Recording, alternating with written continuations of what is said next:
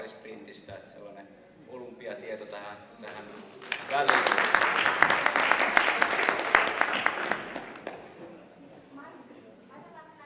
Joo, näin tehdään. Ja tosiaankin mä tulen esittelemään tämän Inspiroidu uudelle uralle nimellä kulkevan kurssiperheen sitten tässä. Ja me ollaan strategiapajalta näissä Spirit-perheen muissakin koulutuksissa oltu sisältöjä tuottamassa erityisesti tuonne kaupallisiin kursseihin liittyen.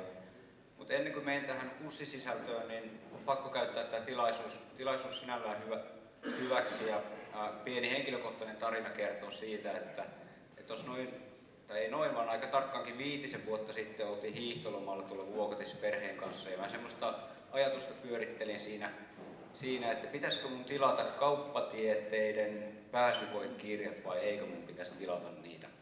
Ja sitten mä päädyin ne kirjat sitten tilaamaan, ne sieltä postista tulla pumpsahti semmonen ihan topakka kirjapaketti, ja niitä sitten siinä kevään aikana töitten ohella lueskelin, ja 14.6. oli pääsykokeet siellä kaikkien vastavalmistuneiden lukiolaisten kanssa olin pääsykokeissa, ja siinä vaiheessa kun mä kattelin sinne ympärille niitä youngstereita, niin mä kyllä mietin, että Marko, että mitä hemmettiä sä täällä teet, että onkohan tää nyt ihan oikea paikka. Mutta anyway, siitä sitten kävi niin, että pääsin tuonne Tampereen yliopistolle yrityksen hallintoon lukemaan 1,5 vuotta. Sitten loppujen lopuksi siirryin niin kuin päätoimiseksi opiskelijaksi ja tein kandin työn siellä, ja sen jälkeen onnistuin sitten työelämään palaamaan sieltä. Ja sillä tavalla liittyy tähän aihepiiriin. Ja 2 pointtia siinä,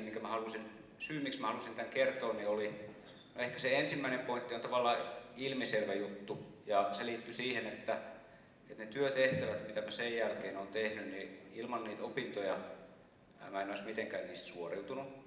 Mutta tämä on ehkä niinku tietyllä tavalla oletettavaakin. Mutta se toinen pointti, minkä haluan tehdä, on se, että ilman niitä opintoja mä en olisi koskaan ajatellut, että mä voisin lähteä sellaisiin työtehtäviin, vaikka ehkä olisin pystynyt niitä tekemäänkin. Eli tämä oli se toinen niin tärkeä juttu, että ikään kuin se avarsi kyllä sitä katsontokantaa omalta osalta hirvittävän paljon, että miten näitä asioita ja mahdollisuuksia tutkailee. Mut sillä aasinsillalla niin tähän päivän sisältöön ja tässä meillä on 4 tällaista erilaista koulutuskurssia tai kurssiperhettä tässä tarjolla. Ja siellä vasemmalla yläkulmassa on toi työmarkkinatutkimus. Se on lyhyesti sen tyylinen, että siinä tehdään semmoinen pieni study siihen, että mitä esimerkiksi Pirkanmaalla tietyllä työmarkkinasegmentillä on tapahtumassa. Sitten tuossa sinisellä olevat noi Inspiroidu uudelle uralle teknologiakoulutukset, ja sitten toisaalta asiantuntijasta, managerista kaupalliselle, niin noi on sen tyylisiä koulutusmoduuleja, missä katsotaan sitä ikään kuin vaihtoehtoja sille, että voisiko jotenkin sitä joko syventämällä tai pikkasen sitä kulmaa kääntämällä, niin sitten ehkä mahdollisesti löytää ihan niin kuin erilaisia uramahdollisuuksia. Ja tällä en tarkoita sitä, että pitäisi lähteä kauppatieteitä opiskelemaan, vaan jotakin lyhyempikestoisempaa ja kevyempää niin sanotusti. Sitten toi viimeinen noista on toi konseptipaja. Tämä on sellainen uuden tyylinen enemmänkin tekemisen ja kokeilemisen kautta näitä uusia asioita kartoittava moduuli, jossa ikään kuin tekemisen kautta haetaan sitä, että mikä voisi olla se uusi juttu. Eli tämän tyylistä kokonaisuutta tässä on esittelemässä. Ja tämä työmarkkinat tutuksi, niin tämä on puoli päivää plus puoli päivää ja siinä välissä projektityö. Ja ajatuksena tämä on, että se projektityö tehdään siis pareittain, ja sillä tosiaankin tutustutaan johonkin itselle tärkeäseen työmarkkinasegmenttiin. Tuossa on jotakin esimerkkejä laitettu, vaikka Cleantech Tampereella tai näin päin pois. Nämä on ihan esimerkinomaisia vaan. Ja tästä toinen näkymä on tässä vastaava kouluttaja ja me sitten strategiapajalta, niin siellä komppiryhmässä avustetaan niin sanotusti.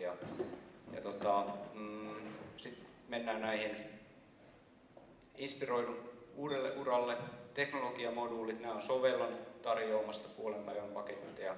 Ja näissä se perusajatus on se, että jos on esimerkiksi teknisellä taustalla olevia ihmisiä ja sitten haluaisi sitä omaa osaamista jollekin tietylle alueelle syventää, niin voisit ottaa täältä tällaisen moduulin, joka ei tarkoita sitä, että täällä niin tehtäisiin se koulutus, vaan enemmänkin kerrotaan siitä, että minkälaisia urapolkumahdollisuuksia, minkälaisia koulutuksia on sitten olemassa, jos haluaa vaikkapa HTML5 ohjelmoijaksi itsensä sitten kouluttaa. Tämä on se lähestymistapa näissä. Ja vastaavalla tavalla sitten näissä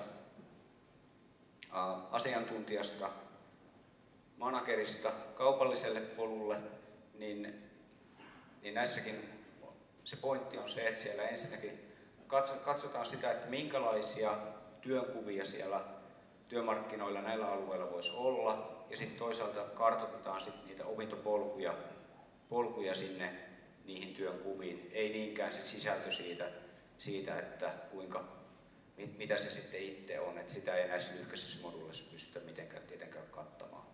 Ja tässä meillä on kolme tällaista aihealuetta, ja nämä ei ole mitenkään satunnaisesti valittuja, vaan nämä on sellaisia, missä meillä on niin kuin hyvää syytä olettaa, että erityisesti teknisellä taustalla oleville ihmisille voisi olla mahdollisuuksia lähteä näiden kautta liikkeelle. Ja jos lähdetään pikkasen aukaisen sitä logiikkaa, miksi näin tässä on mietitty, että jos katsotaan ratkaisun myyjästä vaikka lähdetään liikkeelle, niin kyllä moni esimerkiksi teknisen projektimyynnin hyvä osaaja tulee tekniseltä taustalta ja tyypillisesti siinä sitten tietenkin mukana pitää olla niin kuin markkinointi-myyntitaitoja ja myyntiprosessiin liittyviä taitoja, mutta nämä on ihan opittavissa olevia taitoja ja siinä mielessä ei välttämättä niin kuin, tekniselle ihmiselle mitenkään hirvittävän sanotaan pitkäkestoista koulutusrupeimaa välttämättä vaadi.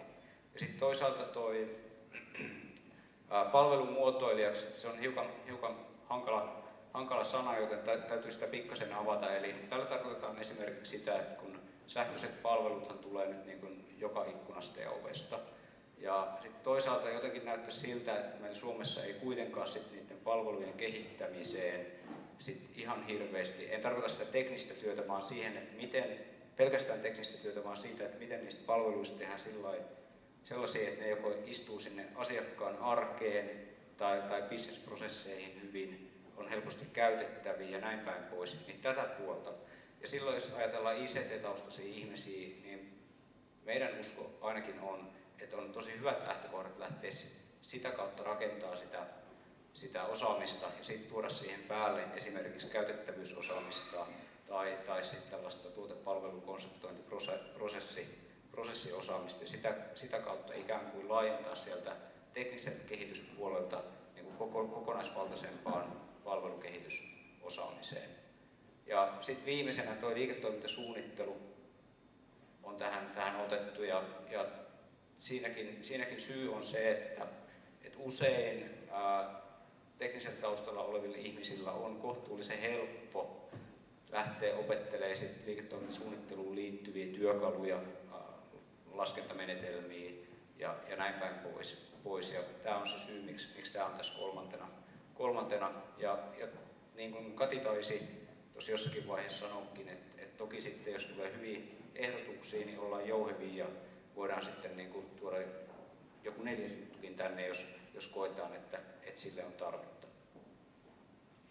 Ja viimeisenä sitten tämä konseptipaja. Sen unohdin sanoa näistä, että nämä on yhden päivän mittaisia nämä. Ja vielä sekin, että toi Järvisen Tommi pitää ratkaisumyyjä osio, Niemisen Hannu palvelumuotoiluasiaa ja sitten mä itse vastaan tuosta liiketoiminnan kehittäjät osiosta.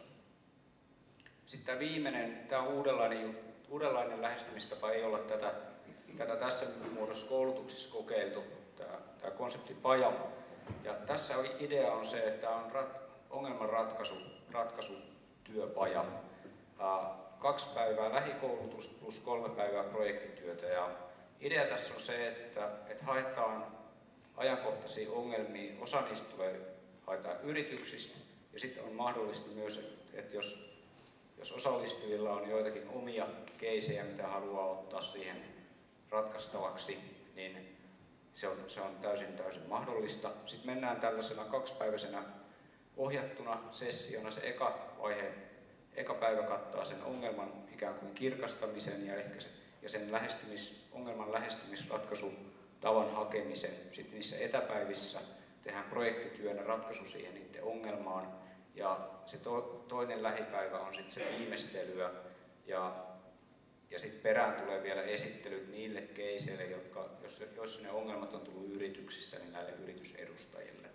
Ja tästä tarvitsee sanoa, että mä uskon, että tämä on hirvittävän antoisa, mutta sen varoituksen sanon myös, että tämä on myös hirvittävän työläs, sellainen tiivis viikon rupeama, että tähän ei kannata lähteä, jos ei ole valmis laittaa ikään kuin itsensä sit oikeasti likoon tekemään sitä.